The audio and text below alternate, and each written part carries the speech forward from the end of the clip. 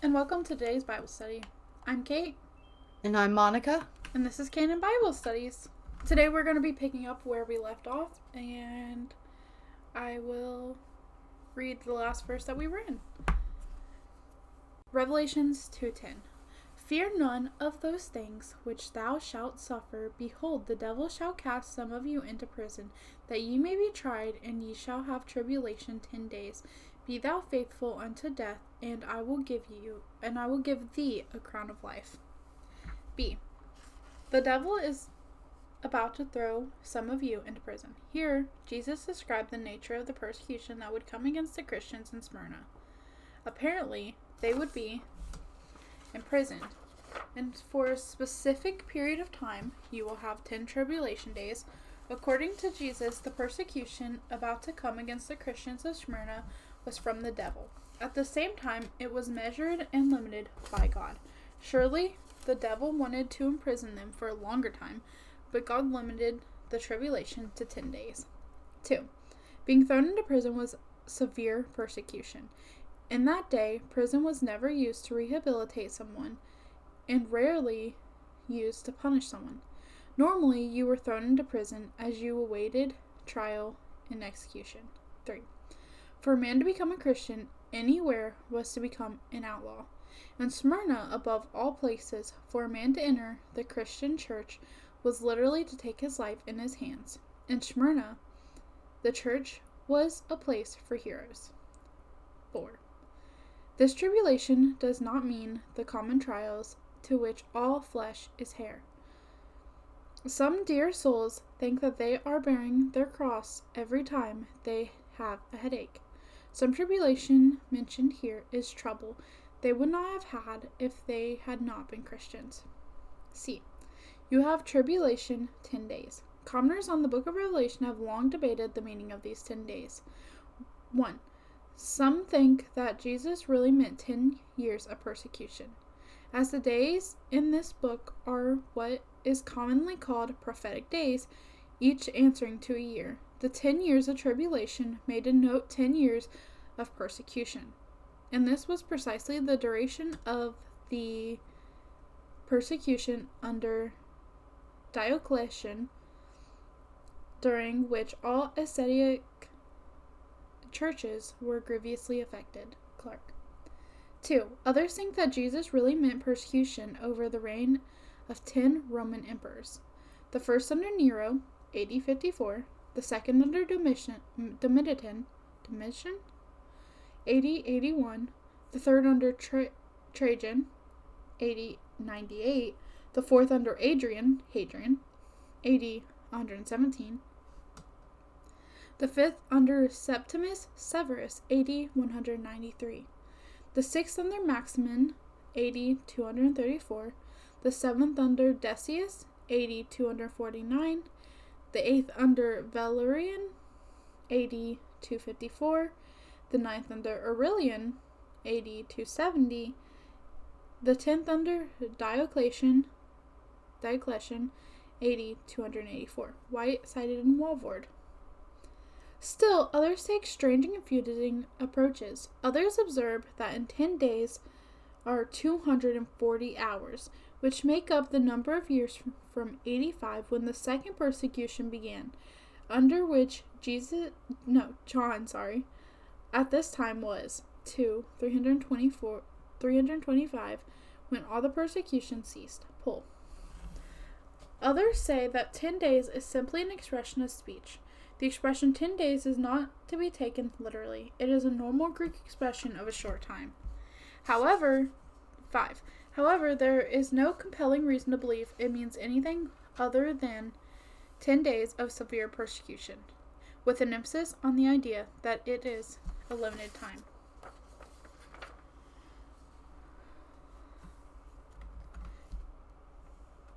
D. That you may be tested. If this attack came from the devil, then why couldn't these Christians in Smyrna just rebuke Satan and stop the attack? Because God had a purpose in their suffering, and so he allowed it. God uses suffering to purify, 1 Peter 1, 6-7, to make us like Jesus, Romans 8:17, and to make us truly witnesses of him in all ages. The blood of the martyrs has been seed for the church. 1. The saints at Smyrna had not been given a pep talk on how to win friends and influence people. They had no testimony on how faith made me mayor of Smyrna. They were not promised deliverance from tribulations and poverty and reviling. In fact, the worst was yet to come. 2. Most specifically in this case, God allowed this attack so that they may be tested, in the sense of being proven. Their suffering, God displayed the true riches of the church in Smyrna to everyone, including themselves, even though he knew that they were rich already.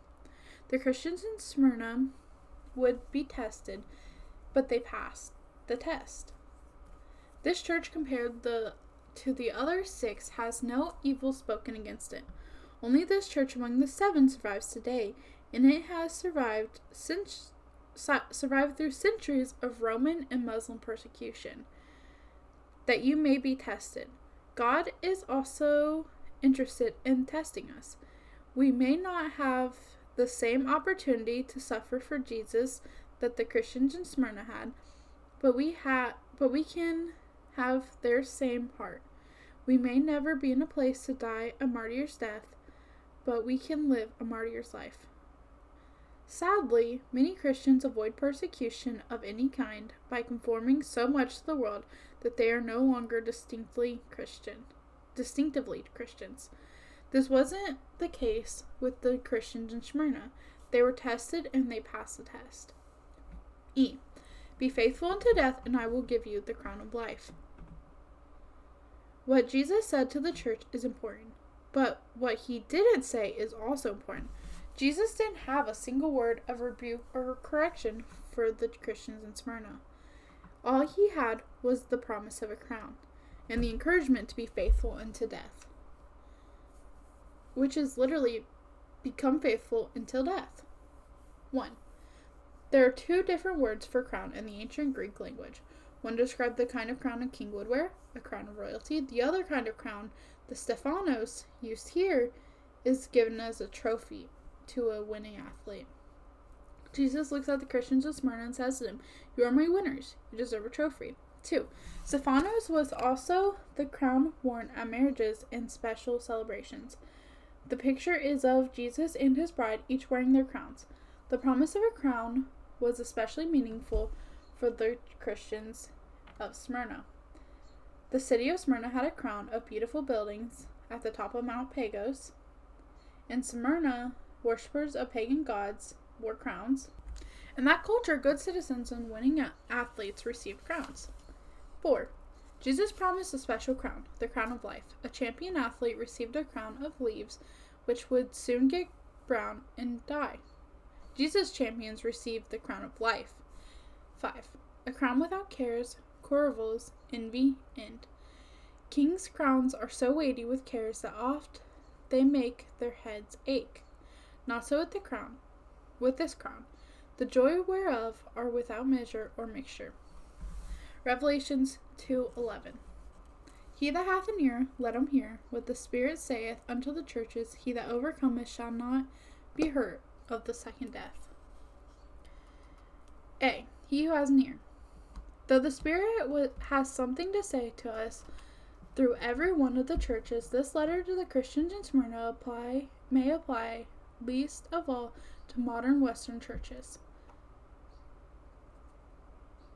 To this point, we simply don't face the kind of persecution that the Christians in Smyrna experienced. Polycarp was a remarkable example of both persecution and courage in early Christians. 1. The year after Polycarp returned from Rome, a great persecution came upon the Christians of Smyrna. His congregation urged him to leave the city until the threat blew over. So, believing that God wanted him to be around a few more years, Polycarp left the city and hid out on a farm belonging to some Christian friends. One day on the farm he prayed in his room. Polycarp had a vision of his pillow engulfed in flames. He knew what God said to him and calmly told his companions, "I see that I must be burned at the stake." 2. Meanwhile, the chief of police issued a warrant for his arrest. They seized one of Polycarp's servants and tortured him until he told them where his master was. Towards evening, the police chief and the band of soldiers came to the old farmhouse. When the soldiers found him, they were embarrassed to see that they had come to arrest such an old, frail man. They reluctantly put him on a donkey and walked him back to the city of Smyrna.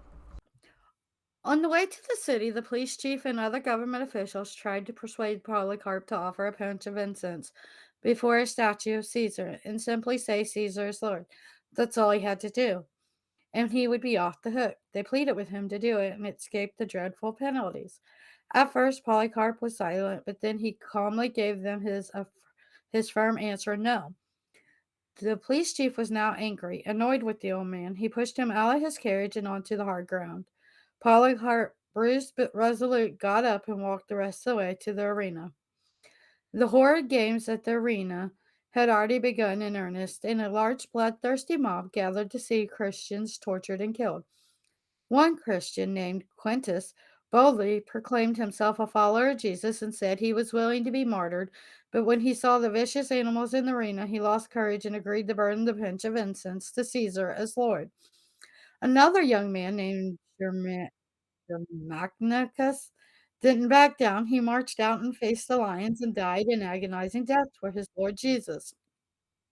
10 other Christians gave their lives that day, but the mob was unsatisfied.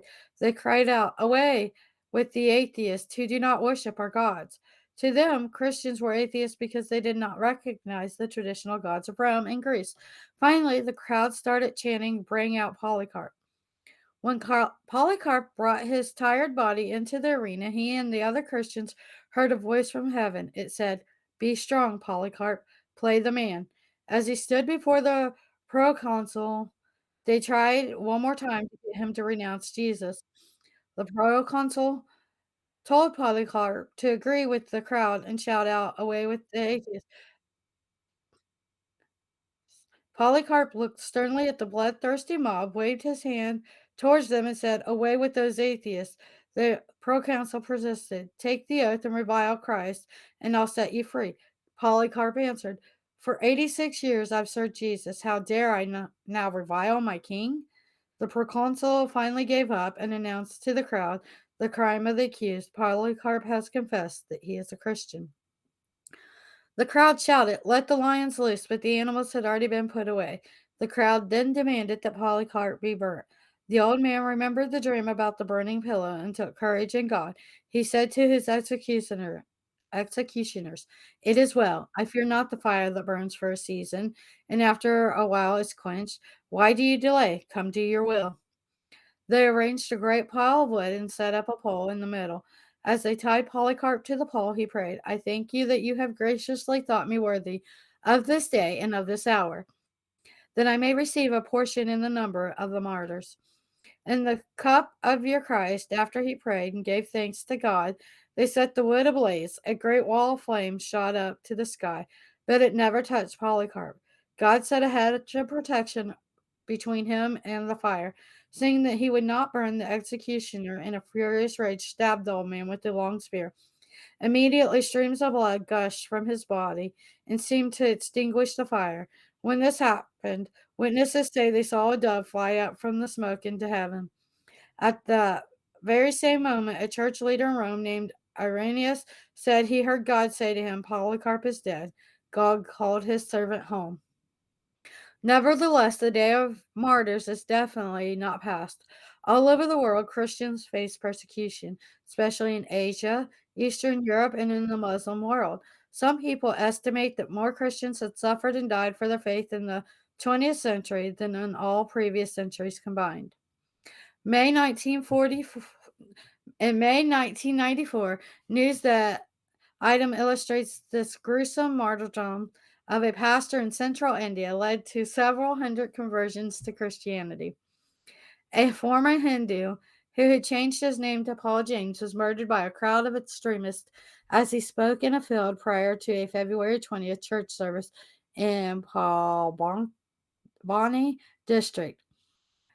"Jesus forgive them," eyewitnesses said. James called out as his assailants cut off his hands and legs and severed his torso. The attackers also decapitated James, an outspoken believer who had planted 27 churches. The murder has drawn heavy media attention in the area, which is charged with Hindu Muslim tensions. Some, but not all, of James' assailants reportedly have been caught. The attackers' hatred and violence have left many Indians wanting to emulate the love shown by the victims, said K.A.